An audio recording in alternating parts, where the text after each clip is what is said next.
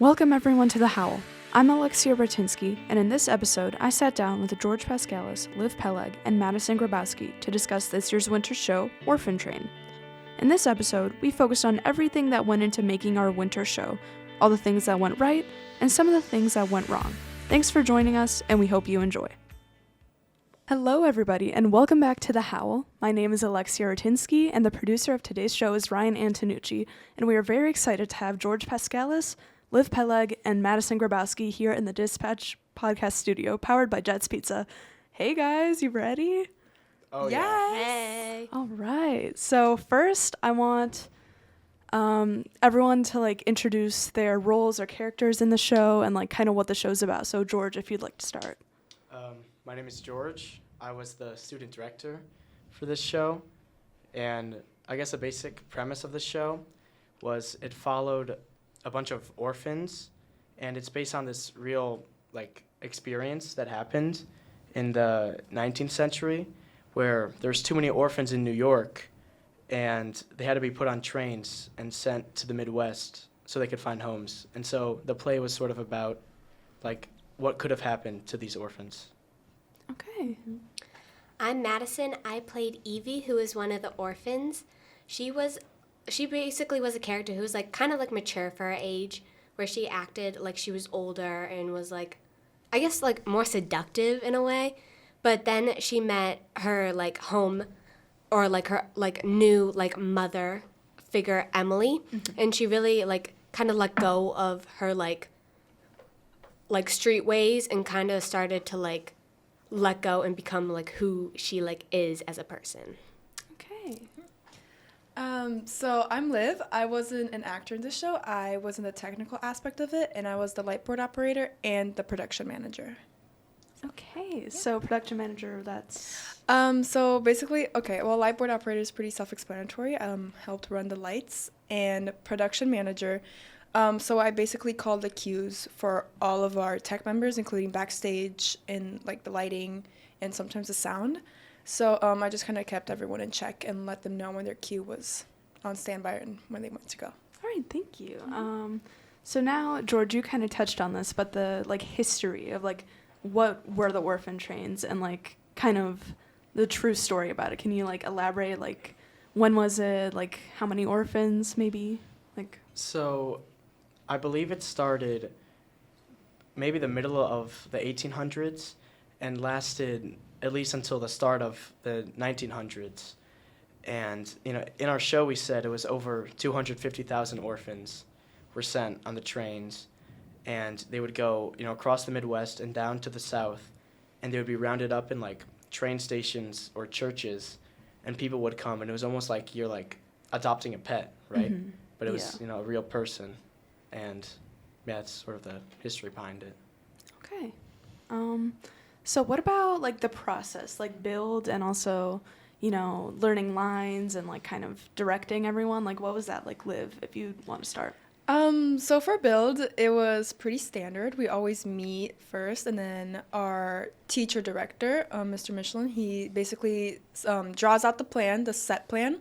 The set design, we have all our measurements and all our different parts of the set that we have to assemble first before we put them together. So then it was, I think, almost a month-long process. I want to say about 3.5 weeks of building, including just screwing in 2x4s together, adding platforms, measuring things out, putting them together, assembling. And then it was about a week worth of finding props and painting and making sure everything was set and all the little decorations were time, we were aware of the timepiece, so we couldn't have this was set in the 1800s, 1900s, so we wanted the props to be set to that era. And it was just a lot of attention to detail and just making sure everything was set so the actors wouldn't trip on the platforms too, because we were aware of the costumes. They were very big dresses, heavy dresses.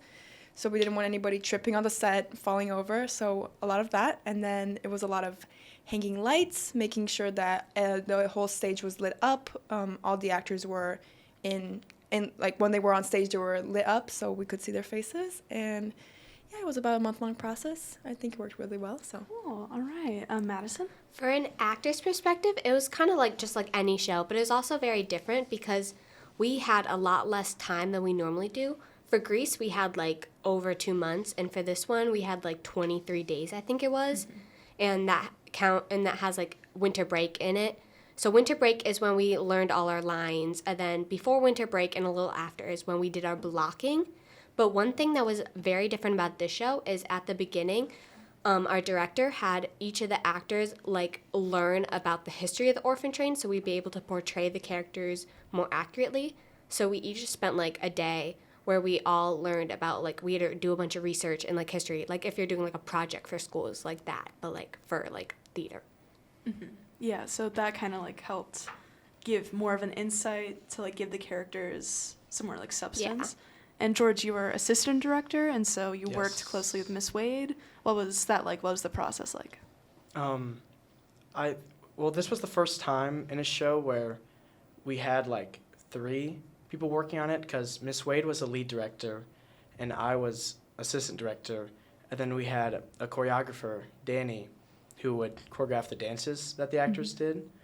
And so a lot of our rehearsal time would be like split among us 3. Like, I'll take these people and work on a scene, and they'll take these people. So it was very effective in getting like what we had to get done in like 6 weeks of rehearsal. So yeah, most rehearsals we would meet like the day before and like discuss how we're going to break things up, and then we sort of just go and play it by ear rehearsal. And So a lot of like jumping around, Yeah. kind of, yeah. And about the singing and dancing, I know Madison, you had some songs.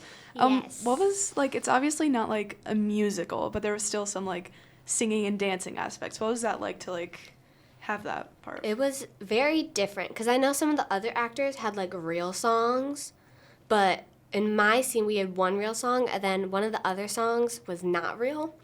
So our director, Mrs. Wade, had to go find like a song that could like close enough work. And then me and Julia, who played Emily, we worked together, and we had to learn the songs through like tracks that Mrs. Wade made. And it was like very different because like our orchestra was like students in the show. Yeah. So it was interesting like trying to play with, like sing along with them. And then you're not singing with a microphone, or I did backstage. But when I was on stage, you're not singing with a microphone. So you really have to like project, but also like keep in tune. And it's like, it was difficult, but it was like a good experience. Okay. So now it's kind of do you? Okay, sorry. Now kind of a general question. How did the shows go from like each of your perspectives? Like tech with calling cues, any mess ups that maybe we didn't catch if you saw the show, or like lines missed, or just like general stuff. Like how did the shows go? Liv, if you want to. From the tech point of view, so I think all 3 show days we were down 3 people. I want to say we had about 10 people in our run crew, including all areas backstage and sound and costumes and lights. So we were down 3 people because January is like really like flu season, so 3 people got really sick with the flu. I know the week leading up to the show, I myself got sick with the flu too, so we were missing a lot of people like leading up to it. So the 3 days of show, we didn't have our stage manager, we didn't have one of our lightboard operators, and we didn't have one of our sound. So it had to be a lot of me included. Sometimes the lightboard operator, sometimes the sound operator would have to go backstage to help with the crates to move on, and it was really a big mess. But I think our props manager took over the stage manager, and I think they managed pretty nicely. They did pretty well. They learned the cues and they learned everything, so they could lead us, even though we were, in the booth doing lights and sound. They led us through the crates and putting things on stage and taking props off really well. So it was a bit messy, but we pulled through. Yeah, because, especially with, like, tech, they join in very late into the process. So, like, having less people around to do that, it was probably, like, an adjustment. Like, yeah. Tech week is the week before shows, typically. So for this production, we saw about the rehearsal, like, for I think it was, like, a week, maybe, I think 6 days, 5 days. So I know I got a little scared myself calling cues sometimes because I wasn't sure 100%. There's a lot of visual cues, a lot of sound cues. Like, I know sound had to pay attention to the orchestra. I know I had to pay attention to a lot of the visual cues. Like if somebody stepped on stage, I needed to call a cue. So there was also, you had to read along with the script, pay a lot of attention. So it's a lot of small but busy work that's really makes the whole thing go. But other than that, I think we went pretty well. I think we went pretty decent. So It's great to hear from Tech. Now, actors, directors, how to go from your point of view? I feel like it went like well. It was like a really good show, and like we had multiple audience members like in tears and like telling us how meaningful it was. So from that perspective, I think it was really well. But we only had like you said, it was only like a week of tech, so it was like a little tricky going into it, and it was rough at first. But then by the time we got to the shows, it went well. But we had like errors, like missed lines, like Yeah, There was- I missed a yeah. couple lines, but yeah. one of my favorite moments is when one of the actors threw a paint tube at one of the other ones, and they're supposed to miss them, but they accidentally hit them. That was really Oh. funny. It kind of throws off the plot a bit. Yeah. And then on the last day, we had like a lot of little errors. It wasn't like big things, but it was a lot of like little errors. So the actors called it the error show because we had so many errors that went on, and we like kept track of them. But overall, I think it was a really good show, and it like went really smoothly. Good. Okay, George. Yeah, I think, part of performing in theater is that, you're going to make mistakes every run, and that you just kind of have to accept that. But what matters is that, the show meant a lot to a lot of people. Like, a lot of people came up to me after and was like, oh, you guys did such a good job, and that really meant a lot, especially, like, the older crowd, because they either had family who, like, had similar experiences to that. And, yeah, I think, that's what mattered most was that, people, like, felt touched by it. Yeah. Okay, Yeah. so everything kind of went off well. And Liv, you kind of touched on this, but I wanted to talk about like setbacks and also like sickness in the cast and crew. If you want to talk more about that, like you said, your props manager had to step in. Yes. What was that like? So backstage, we were accompanied with our stage manager, our props manager, and I want to say 2 stagehands, but it might have just been 1 thinking back on it. So when our stage manager got sick, and she got really sick, she got sick for that whole week. So she wasn't there from, I want to say, like the beginning of the week, Tuesday, up until show ended on Saturday. So she wasn't there for all of that. So at least our props manager had some time to kind of pick it up. We weren't sure if she was gonna come. The stage manager was gonna come back or not. But the props manager, she managed to pick it up really well and learn Pull through at least Yeah. a little bit. So I mean, nothing we can do about a sickness. It's a flu. Yeah. But yeah, there was a setback. But at least we had time to learn and practice with each other a little bit before the big show. So I Yeah. think props to our prop manager. He did really well. Yeah, and also, like you said, other people from like other aspects of the show, like sound, had to like step in backstage. Yes. I know your costumes manager. Yes. Also did some like stagehand type stuff. So Uh-huh. a lot of like substitutions. Yes, light and sound. We were really lucky because we had 2 operators for each because I think since it's a winter show, it's a smaller show, we wanted to give a lot of opportunity to the underclassmen so they can learn more. So by the time we get to, our bigger productions like the musical or the spring show, they at least have a little bit of experience in like smaller shows. So we were really lucky because like a lot of the times we would switch off between shows and rehearsals. So when one was running the board, sound or light, the other would go downstairs. We had to go all around, the school outside to get to the stage, including our costumes. So basically everybody worked backstage at least once in this production. So Yeah. I mean, You more don't practice. usually get that with a production. And So- I guess it was kind of born from setbacks and like issues. Yes. But So it's good that like everyone like got in on it. yes, So, more experience. Yeah. So yeah, it was really good. Madison, I know opening night, it was raining a lot. So tell us about like the stage setup and like how you'd have to get backstage and like how the rain messed with that. So for both actors and tech, because we both had experienced this, to get to the back of the black box, because we had the front of the black box, which is through the doors, which I think most students go through.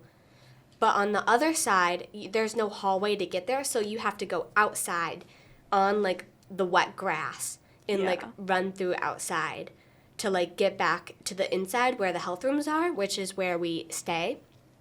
So the first night, and I think a little bit the second night too maybe, it was like really raining. Yeah. So we're like holding on and we're like running, and you don't want to get these costumes like wet by No, slipping. they're expensive. They're expensive. Some of these hats, oh my god.